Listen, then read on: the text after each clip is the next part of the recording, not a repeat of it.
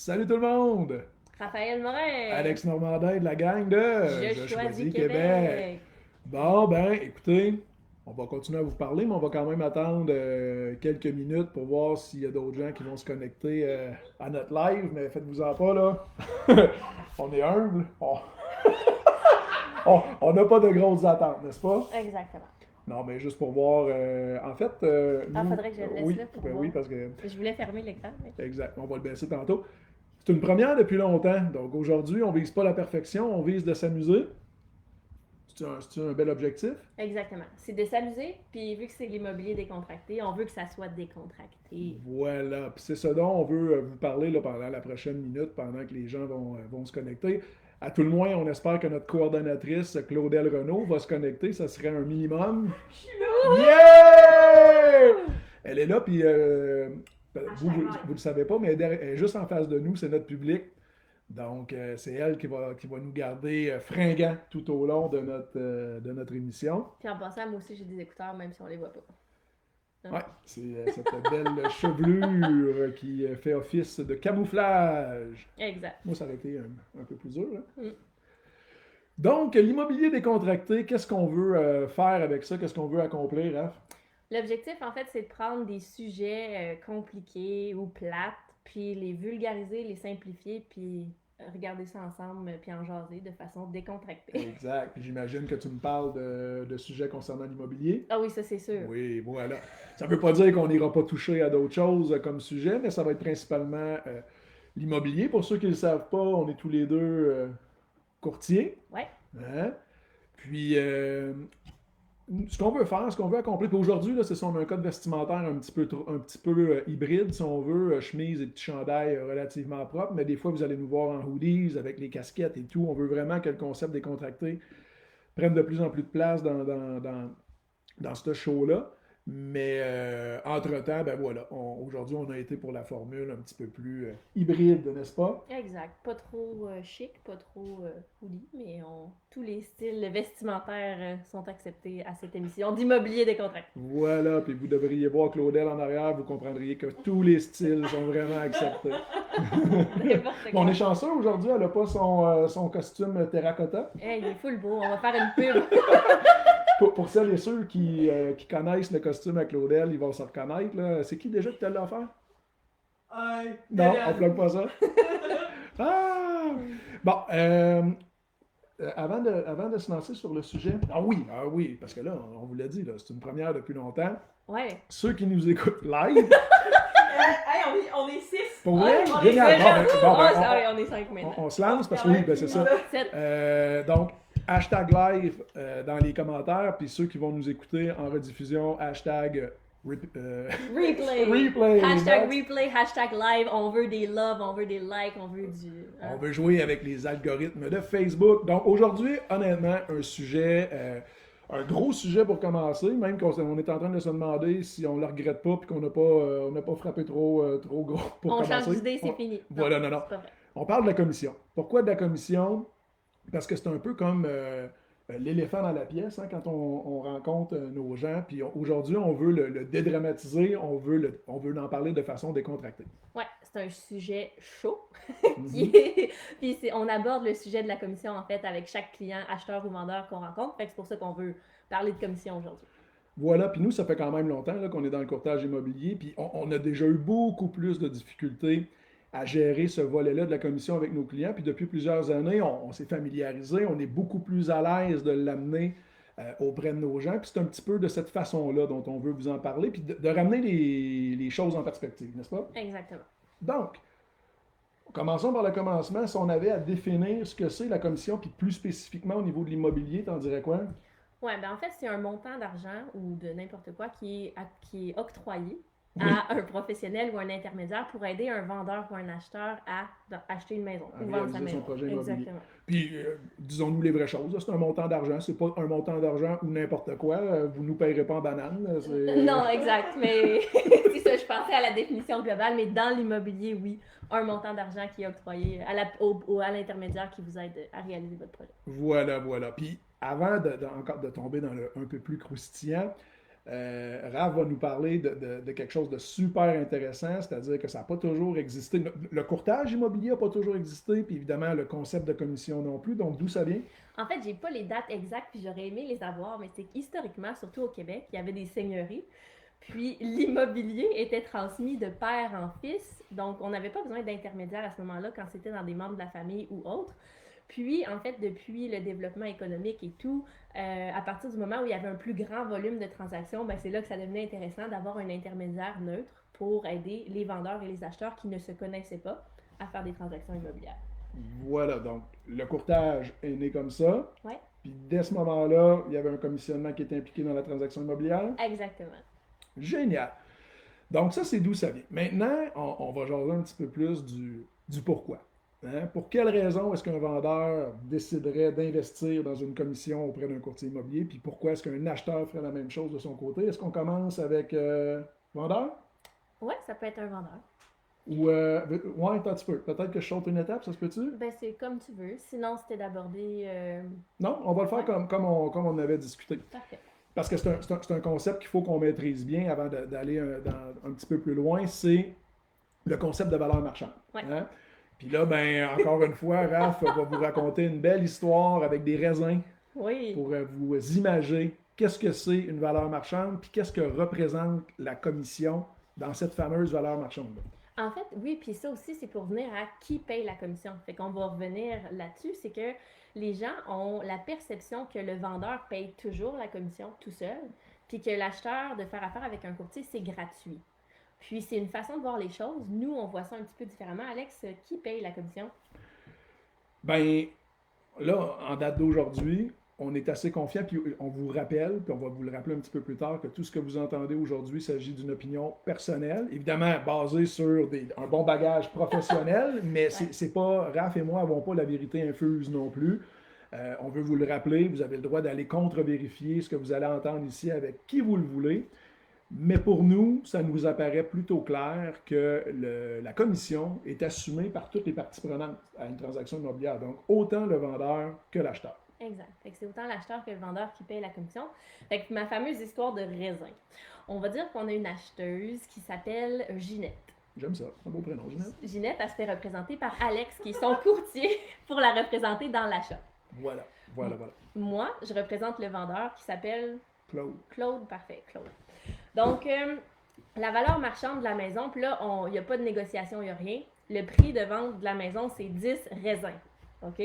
Oui, Donc, 10 raisins. Ginette. Vert ou rouge? Rouge. Ginette. Donc, 10 raisins rouges pour la valeur marchande aujourd'hui.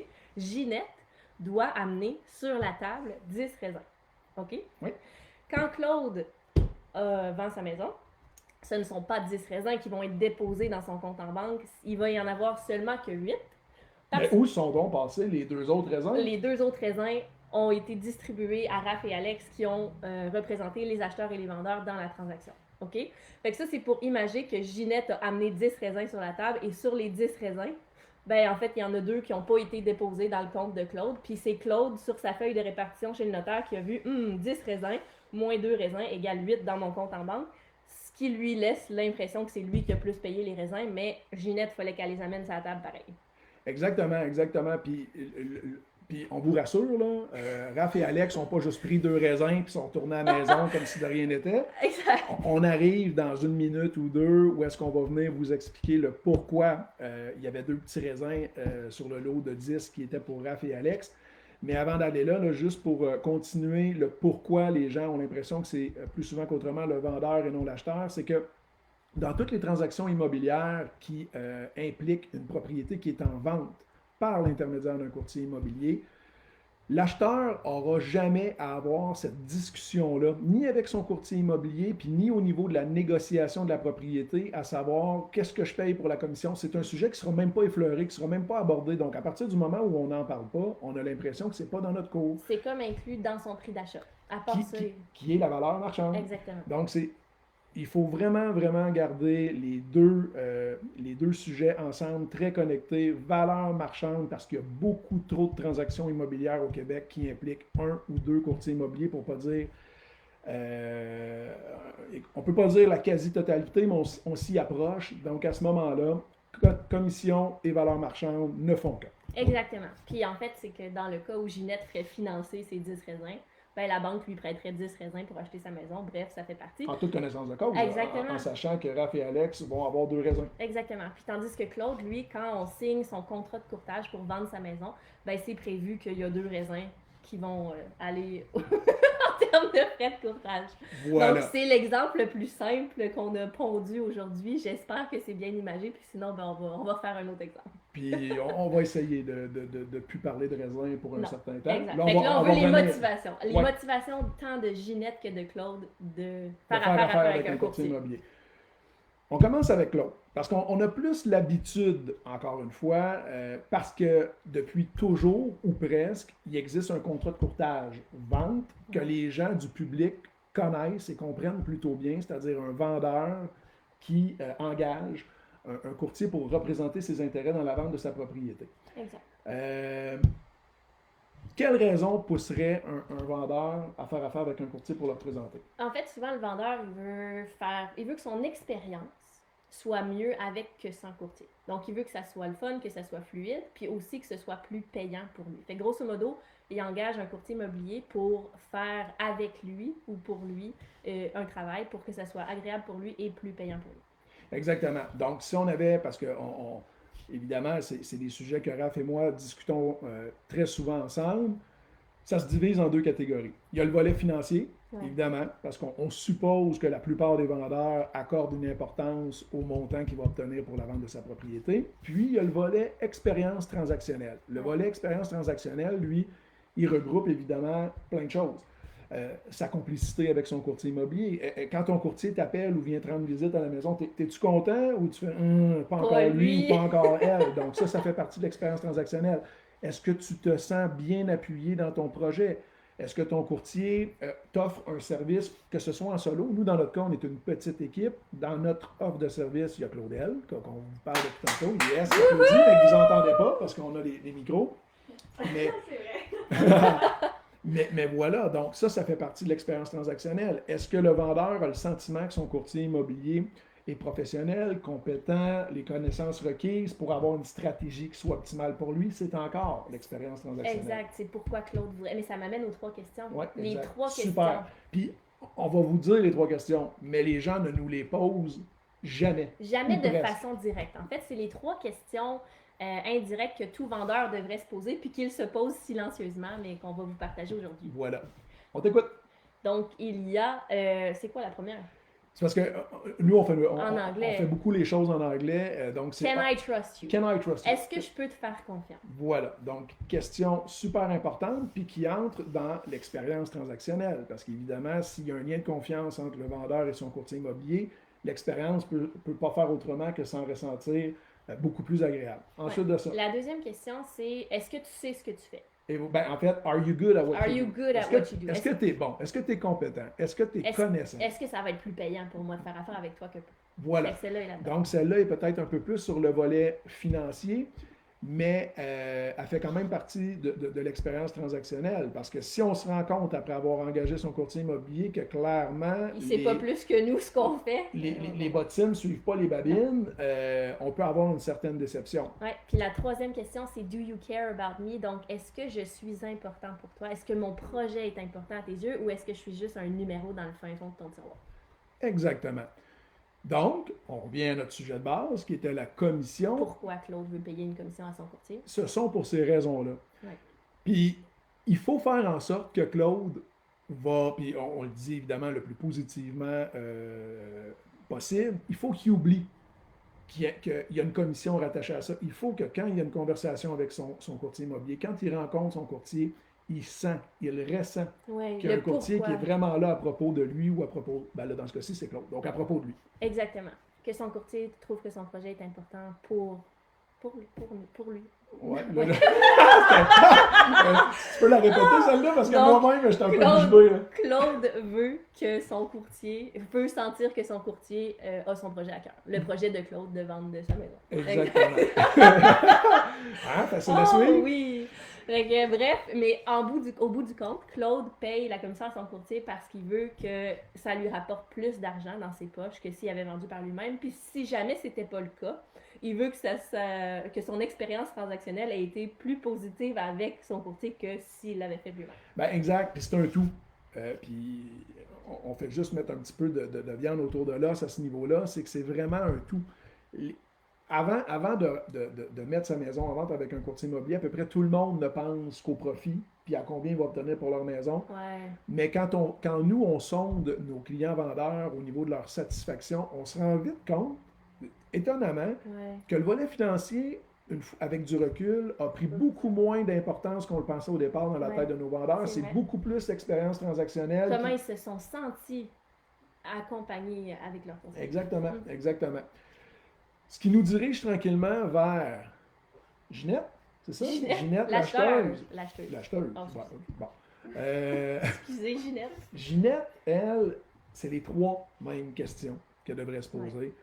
Est-ce que mon courtier est compétent? Est-ce qu'il est bon dans ce qu'il fait? Est-ce qu'il va vraiment m'apporter une valeur ajoutée en termes de stratégie, puis au niveau du travail qu'il a à accomplir? Puis ensuite de ça, c'est est-ce que je peux avoir confiance à mon courtier immobilier? Puis est-ce que ce courtier-là a réellement mon projet d'achat à cœur? Donc, c'est les trois mêmes questions. Exact. Puis en fait, tu sais, le vendeur veut vendre au meilleur prix. L'acheteur, lui, Il veut une seule chose. il veut pas se tromper. Il veut juste pas se tromper. Ça se résume dans cette petite phrase-là.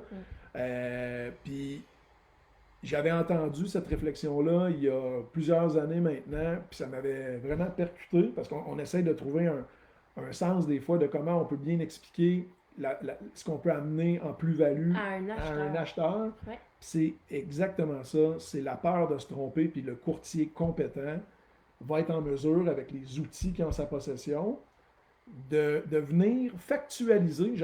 Factuel existe, factualiser, je ne sais pas si je l'invente, on vérifiera, mais sachez qu'au moins, si ce n'est pas un mot qui existe, j'en suis conscient. De venir appuyer avec des faits. Exactement, de venir appuyer avec des faits, mais c'est comme ça. Une décision émotive. Ouais. Parce que c'est la job de l'acheteur, puis aussi le vendeur, là, mais la job de l'acheteur, quand on fait les démarches de visite et tout, C'est d'être dans son T-shirt. yes, d'être dans ses émotions, d'avoir la tête dans les nuages, que tu disais? Oui, la tête dans les nuages, de rêver, de voir est-ce que ça répond à ses besoins, est-ce qu'il veut habiter là, est-ce qu'il veut mettre son sapin dans le coin.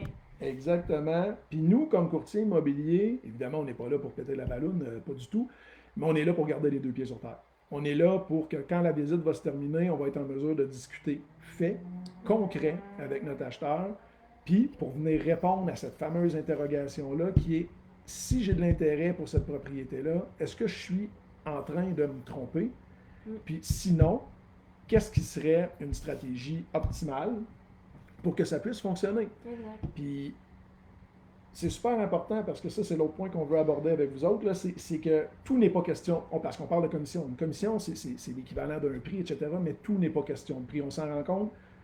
Les vendeurs, les acheteurs ont d'autres objectifs dans une transaction immobilière qui sont importants pour eux. Ouais. Hein? Tu veux-tu élaborer là-dessus? Non, c'est parfait, continue. Oui, bon. Pour l'acheteur, là, c'est bien simple, c'est que on pense toujours qu'ils veulent négocier une transaction au meilleur prix possible. Ouais.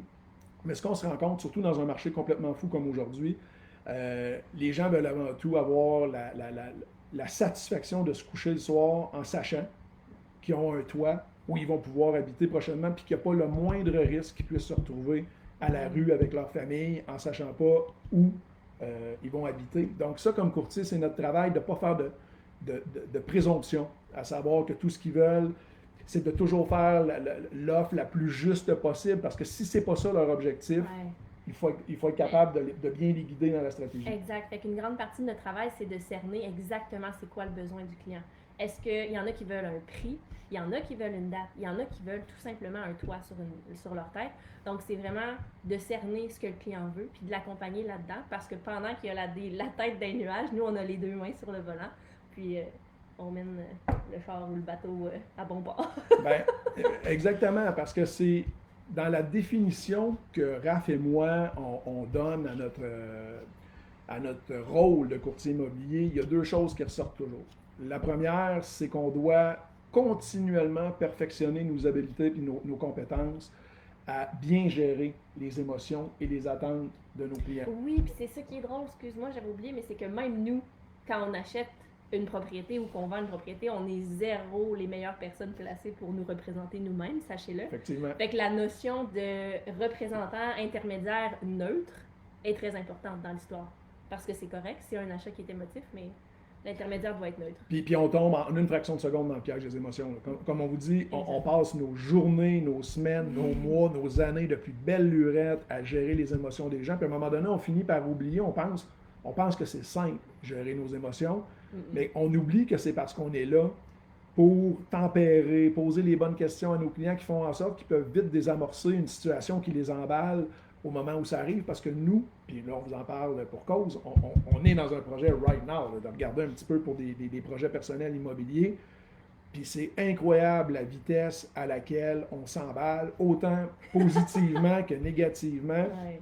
Puis bon, on a des bons réflexes, puis on est se bien ramène entouré. l'un l'autre. Oui, puis on a un entourage qui est constitué beaucoup de courtiers immobiliers, donc on se fait ramener à l'ordre facilement, puis on accepte de se faire ramener à l'ordre, mais on est en mesure de comprendre qu'est-ce que nos acheteurs en particulier peuvent vivre là, Oui. au jour le jour. C'est incroyable. Puis le rôle des émotions dans toute la patente. Exact. Fait que voilà. Puis au niveau des émotions, évidemment, il faut faire la même chose avec nos vendeurs, parce que nos vendeurs vivent d'autres sortes d'émotions. Des fois, c'est de l'emballement, parce que surtout dans un marché comme actuellement, ils ne peuvent pas croire ce qui est en train de se passer. Ils n'auraient jamais cru qu'avec une bonne stratégie, ils pourraient obtenir des résultats comme ceux qu'ils obtiennent. Puis en contrepartie, tous les vendeurs finissent par croire qu'il y a un petit miracle qui va se passer sur leur propriété, puis quand ça n'arrive pas, parce que croyez-nous, là, ça arrive encore régulièrement des propriétés que eux sont dans un marché, on va dire, standard, où est-ce qu'il y a des visites de manière standard, il n'y a pas 18 offres sur la table, il n'y en a pas ou il y en a une. On Donc, s'attend presque à ça dans le marché actuel, là. Ouais. De mettre notre propriété sur le marché, d'avoir 30 visites, 12 offres. Quand ça n'arrive pas, c'est décevant. Ouais. C'est décevant. Donc, Mais- il faut être en mesure de garder le cap et de donner le petit push puis la petite motivation nécessaire pour ne pas se décourager. Puis ça nous amène à l'autre point qui n'est pas la gestion des attentes et des émotions, mais celle de donner leur juste. Oui, Vraiment. c'est vraiment intéressant parce que le travail du courtier immobilier évolue selon le marché dans lequel le courtier travaille.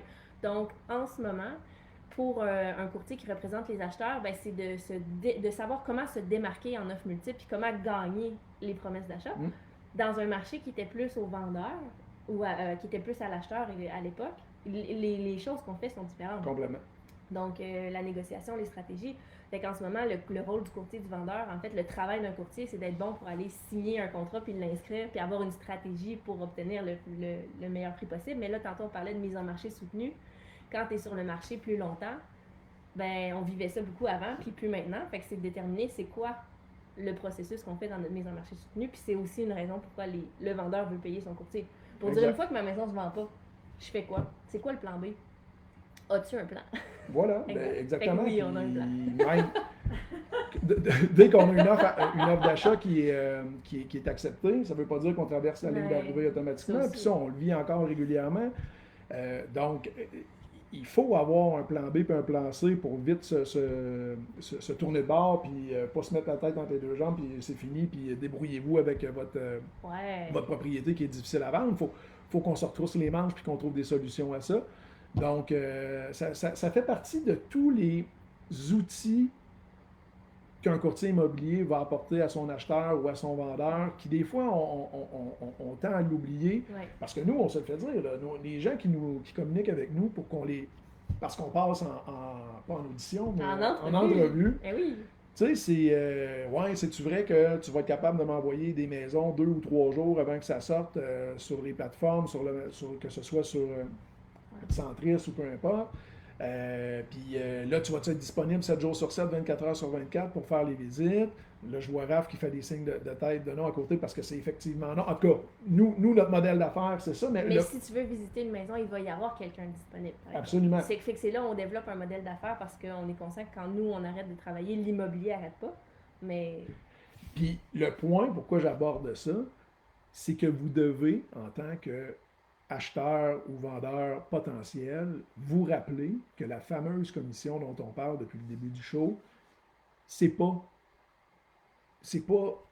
la grosse portion de ce montant-là n'est pas octroyée parce que votre courtier vous crée une alerte qui va vous envoyer des propriétés 3 jours en avance. on n'est pas des recherchistes Internet. Non, honnêtement, je serais presque prêt à dire que Internet le fait mieux que nous. ben, en tout cas, La recherche de maison sur Internet, là, C'est pas la c'est job. équivalent. C'est équivalent. Ce que vous faites assis dans votre salon à le faire le soir devant votre ordinateur versus le courtier immobilier qui a son alerte de créer, c'est assez similaire. Ouais. Là, par contre, où il y a une immense différence, c'est la prospection que votre courtier peut faire pour vous dénicher d'autres types de propriétés qui ne sont pas nécessairement sur le marché public. Ça, c'est une immense nuance, mais c'est autre chose. Puis c'est pas non plus d'être continuellement disponible pour aller visiter 35 maisons parce qu'on veut toutes les voir, puis même si on sait qu'il y a plein de trucs qui ne feront pas, on veut quand même y aller parce qu'on veut avoir le sentiment qu'on est dans l'action. C'est pas là que ça se passe. Votre courtier immobilier, le gros du commissionnement que vous lui octroyez, c'est, on le répète, c'est ce qu'on vous a déjà dit, c'est la gestion de vos émotions, c'est la gestion de vos attentes, c'est ses aptitudes à négocier, ce sont ses aptitudes à faire en sorte que des noces puissent se faire. Exact. Puis juste son expérience. Ouais. Parce que le courtier tombe pas sur le cul, pardonnez l'expression, à chaque fois qu'il arrive un pépin dans une transaction immobilière, c'est ça notre job. Exact. Fait que tandis que toi, c'est ton premier pépin à l'achat ou la vente ou à l'inspection qui arrive, ben nous, je veux dire, ça arrive à chaque semaine, pour ne pas dire à chaque jour. Là. Oui, puis on n'est pas partie prenante à la transaction. Hein? On est objectif. On n'a pas le sentiment que si ça ne fonctionne pas, ben ce soir, on va avoir de la misère à dormir. Non. Fait qu'on est capable de servir d'intermédiaire et de dialoguer entre les vendeurs et les acheteurs de manière efficace sans que les émotions prennent le dessus. C'est ça le plus important. Puis que ça parte en vrille, parce que souvent, c'est ce qui arrive. Il y a des vendeurs et des acheteurs qui sont très près de s'entendre, mais parce qu'ils sont pas un élément déclencheur qui fait en sorte qu'il y en a un ou l'autre qui est Ils sont braqués. Il dit, je veux plus vendre à lui, puis je veux plus qu'il lui achète ma maison, puis là, c'est fini. Mais voilà, notre job, c'est... Exactement. Mais, ouais. Il y a... Qu'est-ce que tu me parlais tantôt? Bulldog et... Ah oui, ben quand on est convaincu. Oui, c'est ça. Fait qu'il y a certains courtiers qui ont une approche plus bulldog. Ça, ici, on quote Samir. Oui, on salue Samir, Ose Coaching, Samir Bachir. Puis Benoît. Oui. Puis tant qu'à ça, Diane. Oui, ok, tout le monde, salut. Tout le monde. Fait que, il y a des courtiers qui ont une approche un petit peu plus bulldog dans la transaction, parce que ça revient un peu à ça, genre, tu payes pas ton courtier pour faire des recherches sur Internet, tu payes pas ton courtier pour être disponible 24 heures sur 24, mais pour tout le reste de ce qu'il fait. Puis dans ce qu'il fait, tu veux pas qu'il y ait une approche de bulldog, parce que des fois, quand le courtier a une approche de je veux battre tout le monde ou je veux avoir raison, c'est pas nécessairement ça qui va servir l'intérêt du client, acheteur ou vendeur. Non, c'est pas nécessairement avec ce type d'individu-là que les gens ont envie de faire des affaires. Puis à l'autre opposé complètement de ça, c'est le maître d'hôtel, encore une fois, qui vient de notre ami Samir. Mais c'est votre courtier qui, lui, pourrait agir toujours dans le sens que vous lui proposez. Exact. Donc, vous êtes l'acheteur ou le vendeur, vous voulez tourner à droite, il tourne à droite, il veut tourner à gauche, on fait une offre, tu veux la faire 75 000 en bas du prix demandé, même si tous les comparables nous démontrent que le prix qui est demandé est juste, on le fait comme tu me l'as demandé. Ça donne pas des résultats qui sont particulièrement exceptionnels. Puis elle là la nuance entre ce que le client dit qu'il veut et ce qu'il veut réellement. Ouais. Fait que c'est là toute la nuance. Fait que dans le fond, pendant que tu as la tête dans les nuages puis que tu oublies, ben là, nous, on a les deux mains sur le volant puis on essaie de te ramener là où il faut. Exactement. Là, on n'est pas habitué. J'ai pas remarqué, y a-t-il des commentaires, ça, ou pas? J'imagine, on se donne la réponse, mais au cas où. Sylvie, oui. Fait qu'on, exact. Il y en a des commentaires, là, on n'a pas surveillé, ben, on va aller voir. C'est comme... Oui, voilà. Exactement. Sylvie qui nous dit... C'est comme la maison qu'on voulait acheter par dépit et que tu nous as ramené à notre désir. Exact. Ça, c'est vrai. Puis c'est crucial, surtout actuellement, là, dans un marché comme celui-là, il y a beaucoup de nos clients qui abordent le sujet avec nous de « Hey Alex, on est peut-être prêt là, à acheter par dépit. » Puis ça, c'est ce qu'on veut surtout pas qu'il se passe. Donc, on ramène notre monde à l'ordre en gérant tout ça. Exact, pour gérer vraiment le sentiment d'urgence ou pas. Qu'est-ce qui est vraiment important pour toi? Est-ce que c'est de faire un bon achat? Est-ce que c'est d'acheter n'importe quoi ou non? Puis il y aura toujours d'autres options que d'acheter par dépit. Exactement. C'est pas parce qu'on est courtier immobilier qu'en bout de ligne, il faut que ça se concrétise en transaction immobilière. C'est-à-dire que si il n'y a pas de bons produits pour vous, puis que le deadline approche à grands pas, il y a d'autres options. Il y a de la location, il y a des options, on va dire, intermédiaires, temporaires, qui nécessitent un engagement de beaucoup moindre importance de votre part. Puis évidemment, des conséquences qui sont moins dramatiques. Oui, surtout dans le marché actuel, en fait, ça prend un plan A, un plan B, un plan C. Puis à la première rencontre, une partie de notre travail, c'est de dire, dans le marché, ça prend un plan A, un plan B, un plan C. Exactement. Claudel, as-tu des questions? Non? Est-ce qu'on en a d'autres? Non. Fait que là, pour résumer, on voulait savoir qui paye la commission. Est-ce que c'est l'acheteur ou le vendeur ou les deux? Réponse, désolé, des fois je regarde pas à bonne place parce qu'on a l'écran d'ordinateur, on va s'habituer. Les deux, Les deux payent la commission. selon nous. Parfait. Puis pourquoi un acheteur voudrait se faire représenter par un courtier immobilier? Parce qu'il veut vivre une expérience transactionnelle exceptionnelle, puis également parce que, ultimement, il désire avoir des résultats financiers inégalés. Exactement. Puis il veut pas se tromper. L'acheteur. L'acheteur. J'ai-tu dit l'acheteur ou Non, le vendeur? juste le vendeur. Ah, excusez. Ben, moi, je t'écoute, je te suis. Ok, je on vais- fait, je vais à ton je rythme. recommence. On Pourquoi recommence. un vendeur veut payer une commission? Expérience transactionnelle, puis avoir un résultat financier qui soit optimal. Exact. Puis pourquoi un acheteur veut payer sa commission? Veut engager un courtier? pour, pour éviter de se tromper. Exactement. Parfait. Puis à part de ça, Pour le reste, on vous a parlé d'où venait le courtage immobilier, d'où venait la commission. C'est intéressant, mais on Ah, ne reviendra pas là-dessus. ben non, mais comment on le fait dans la vraie vie, là, les contrats de courtage, achat ou vente? C'était juste un petit peu comme ça qu'on voulait l'expliquer ou on l'explique pas? Ben, on peut, on parle de ça aujourd'hui. Là, on fait combien de temps qu'on est là? 30 minutes? OK, fait qu'on faisons-le vite. Ben écoute, oui, on peut aborder le contrat de courtage achat, vite Vu fait. qu'il est un petit peu plus nouveau. Oui, effectivement. Vas-y. Donc, c'est ça. Depuis toujours, il y a des contrats pour les vendeurs. Ben, il existe aussi un contrat avec les acheteurs. Donc, ce contrat-là, ce qu'il vient dire, c'est en fait, c'est un engagement de l'acheteur de travailler en exclusivité avec son courtier. Puis, c'est un engagement du courtier immobilier à trouver la propriété pour l'acheteur. Donc, dans ce contrat-là, on prévoit une commission. Puis, il faut l'expliquer au client acheteur qui n'est pas habitué d'avoir une commission à prévoir dans son contrat. C'est écrit, l'acheteur versera au courtier un pourcentage de commission. Puis, on explique que ce pourcentage-là est toujours inclus à même le prix d'achat. Mais bref, il existe un contrat qu'on signe avec les acheteurs. Puis, ce contrat-là peut s'appliquer que ce soit pour acheter une propriété qui est en vente par un courtier ou une propriété qui n'est même pas sur le marché ou qui est à vendre par le propriétaire. Donc, avec ce contrat-là, c'est vraiment un contrat officiel pour permettre à un courtier de représenter un acheteur moyennant une commission. Exactement. Puis peut-être la nuance à faire avec le contrat de courtage achat versus le contrat de courtage vente, c'est que pour qu'un vendeur puisse mettre en marché sa propriété avec un courtier immobilier, il y a l'obligation de signer un contrat de courtage vente. Hein, je ne me trompe pas si on dit ça. Ouais.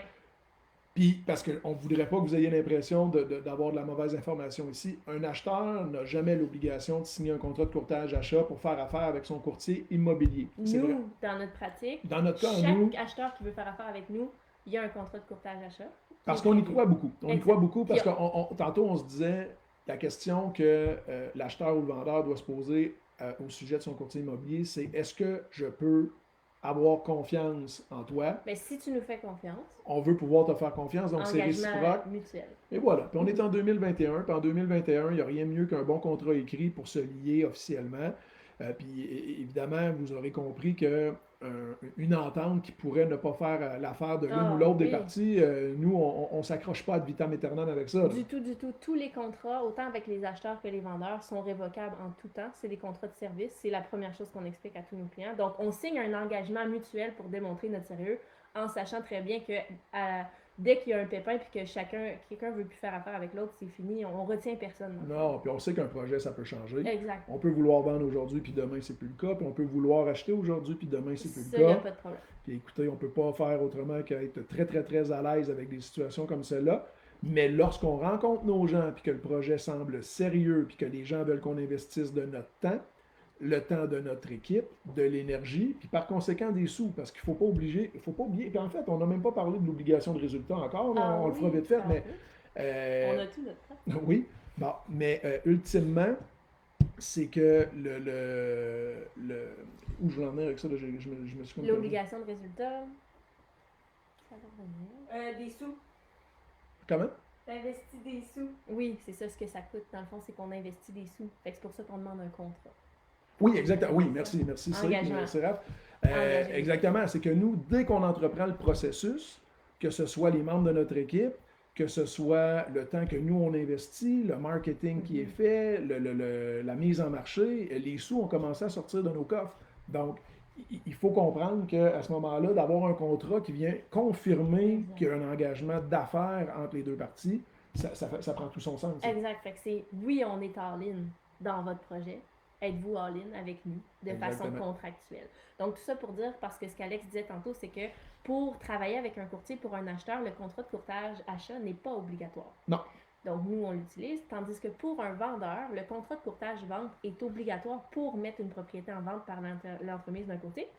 Puis c'est là que c'est intéressant, c'est que dans le contrat de courtage-vente, la commission inclut la commission du courtier du vendeur et la commission du courtier de l'acheteur. Voilà. C'est pour ça que ça revient au fait que le vendeur avait l'impression de payer la commission tout seul et que l'acheteur ne payait rien. Yes, puis écoutez, prenez cette précaution-là, messieurs, dames, les vendeurs et vendeuses. Vous allez avoir un commissionnement total qui est indiqué dans votre contrat de courtage-vente, puis juste un petit peu plus bas de la page, 7.4. 7.4, vous allez avoir la portion que votre courtier s'engage à offrir à tout courtier collaborateur qui pourrait amener un acheteur sur votre propriété. Puis savez-vous quoi? Des fois, vous vous posez mille et une questions, puis ce n'est pas nécessairement les bonnes, mais de savoir combien votre courtier inscripteur, donc le courtier qui vous représente, va offrir à tous les autres courtiers pour offrir comme carotte, si on veut, pour que les autres courtiers immobiliers veuillent apporter leurs clients potentiels chez vous. C'est super important dans votre stratégie de mise en marché. Donc, assurez-vous que la proportion qui est offerte aux collaborateurs tienne la route. Exact, parce qu'on se concentre, on passe beaucoup de temps justement à la clause 7.1, c'est combien ça me coûte total, puis peut-être pas assez de temps à regarder combien on donne au courtier qui amène l'acheteur, puis en sachant que la plupart des cas...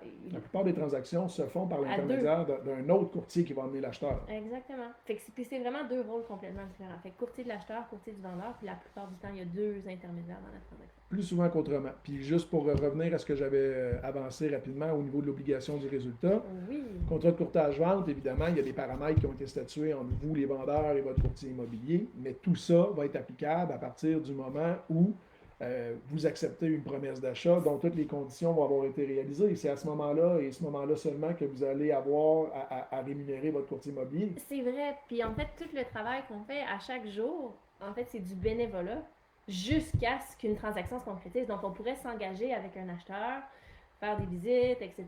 Si l'acheteur achète jamais de maison, on va jamais être payé. Même chose avec un vendeur, donc on peut signer un contrat de courtage, prendre des photos, faire la mise en marché, recevoir des offres. Si on ne vend jamais, on ne sera jamais rémunéré. Donc, c'est ce qu'on appelle l'obligation de résultat. Puis c'est une notion qui est hyper importante dans le monde du courtage immobilier, puis qu'évidemment, les gens du public, des fois, ne saisissent un petit peu moins bien, mais c'est que pour que la commission soit payable, il faut avoir obtenu le résultat escompté, c'est-à-dire avoir concrétisé une vente ou concrétisé un achat. Exactement. Oui, vas-y, excuse-moi. Non, ben, ça fait partie des choses qui sont discutées en fait lors d'une première rencontre, mais c'est de dire que le contrat de courtage achat, comme le contrat de courtage de vente, c'est un engagement, mais c'est du vent tant et aussi longtemps qu'il n'y a pas une promesse d'achat, de déposer ou encore d'accepter. Exact. Puis, parce que autrement que ça, je veux dire, la décision que l'acheteur ou le vendeur va prendre, c'est quand tu as une offre ou une contre-offre. Est-ce que je l'accepte ou je l'accepte pas? J'ai un prix, j'ai une date. Là, ma commission vient s'appliquer. Est-ce que le chiffre qui est en bas de la ligne fait du sens ou non? Mais de signer un contrat de courtage, en fait, c'est vraiment plus un engagement mutuel puis dans le respect parce que, comme on disait, c'est un contrat de service puis c'est révocable. Puis, sur ce point-là, là, j'aimerais conclure. Faites l'exercice de regarder là, autour de vous, que ce soit des biens ou des services, à quel moment est-ce que ça vous est proposé de payer la personne qui vous vend un bien ou qui vous rend un service seulement au moment où vous pouvez déclarer être pleinement satisfait de la situation? Moi, j'en connais pas beaucoup, là. Moi non plus. En fait, est-ce qu'on en connaît d'autres? Vite comme ça, non. Qu'est-ce que ça veut dire, là? C'est que, oui, ça peut paraître des fois... Des sommes astronomiques, on va le dire. Impressionnant. Astronomique, impressionnant. Ouais. Non, mais c'est vrai. Bon. Mais en bout de ligne, ça va être déboursé seulement quand vous allez signer en bas d'une promesse d'achat pour dire « ça ici, là, ça me plaît. Maintenant que j'ai fait mes calculs, ça me plaît, on va de l'avant. » Tant que vous n'êtes pas prêt à dire ça, vous êtes commis à ne défrayer aucun frais. Il n'y a pas grand business là, qui le permet. Donc... C'est vrai, c'est comme un essai gratuit. Oui. Tu essaies jusqu'à ce que tu sois satisfait, puis ensuite tu payes. Exact. Puis pendant ce temps-là, vous ne goûtez pas un échantillon. Là. Nous, on est en ligne dans le projet, puis c'est comme ça qu'il faut le voir. Ouais. On a investi dans la mise en marché, dans le marketing, etc. Donc, c'est vraiment pas, on va vous donner un aperçu de Non. ce qu'on peut faire pour vous. Puis si vous aimez ce que vous voyez en format réduit, là, on pourra embarquer en ligne. C'est pas du tout ça. En fait, c'est l'équivalent d'aller chez le concessionnaire, il te prête le char, il dit pars avec chez vous, roule avec aussi longtemps que tu veux, puis si tu es satisfait après ton essai, tu vas pouvoir l'acheter, puis sinon ramène-le, puis il n'y a pas de problème. Exactement. Y avait-tu d'autres choses dont on voulait aborder? En termes de commission, je penserais pas. Je vais regarder s'il y a d'autres questions, Ouais. puis sinon, Parfait. Oui, Ouais. je reviens. Merci. Je pense que- J'ai notre régisseur là, qui me dit à l'oreille que j'ai une information très importante à dire. exact. Mais sinon, entre-temps, on en a-tu des questions? Non, puis sinon, en fait, il va en avoir. Mais pourquoi, là, c'est que on a plein de bons sujets qui s'en viennent. Honnêtement, là, donc on va parler ici à Québec, le nouveau rôle foncier qui va sortir, qui est en train de sortir actuellement. Donc, ça nous amène à vous parler d'évaluation municipale parce qu'il y a tellement de légendes urbaines par rapport à ça. Puis là, moi, je me fais un devoir prochainement de vous dire ce qu'il en est réellement parce que vous allez voir entre ce qui sort comme rôle foncier actuellement versus ce qui vient de se passer dans le marché immobilier dans le dernier 2 ans. Écoute, c'est le jour et la nuit, là, ça n'a pas de sens. Fait que ça vient confirmer ce qu'on a toujours dit, exactement. Mais là, c'est plus flagrant, fait que c'est intéressant. Oui, exact. Puis il y avait-tu d'autres. En tout cas, il y a d'autres sujets là, qui s'en viennent. Lui, c'est probablement le prochain, là, parce Exact. qu'il me chicote, puis ça fait bien du temps que j'investis dans mes recherches là-dessus. Exact. Nous sommes ouverts à toutes les suggestions, toutes les questions. Donc, on peut faire une chronique sur tous les sujets immobiliers décontractés. Exactement. Donc, donnez-nous des idées, puis ça va nous faire plaisir de vous en parler dans le détail. N'oubliez pas, si vous trouvez que c'est pertinent, ce qu'on vous amène comme info, de partager à vos amis, à vos familles, collègues. Des fois, c'est des petites vidéos qui peuvent prendre le temps de regarder, puis ça leur amène du jus intéressant. Puis notre prochaine émission de l'immobilier décontracté, ça va être le 1er décembre prochain, à 15h, c'est bien ça, c'est parfait. Puis bon, comme je vous dis, là, on vous le jure pas que ça va être à propos de l'évaluation municipale, le rôle foncier, mais ça se pourrait fort Il y a bien. En des tout cas, bonnes chances. c'est ce que je m'étais écrit sur mon papier. Donc, sur ce, Sur ce, on on, vous souhaite une super, extraordinaire, belle journée. journée ou belle Ou fin de journée, puis fin de soirée, journée. on est rendu là. Exact. Puis on est bien excités, puis on espère que vous allez nous excuser toutes les petites péripéties d'une première émission. Exact, en direct de notre nouveau Nouveau studio studio. pour la première Oui, fois. Hey, exact, fait que, incroyable. on est preneur de feedback, honnêtement, si vous avez des suggestions, des logiciels, des micros, on veut tout votre feedback. On n'a pas d'ego, puis pour ceux qui me connaissent depuis longtemps, j'ai déjà eu un ego, j'en ai plus parce Moi qu'il pourrait aussi. avoir peur, ouais, c'est ça. Ouais, moi aussi. Mais On n'a plus d'ego. on veut votre feedback. La belle critique constructive, on est Exact. preneur. Donc, prenez soin de vous tout le monde, puis on se dit à la prochaine. À la prochaine. Bye bye. Bye.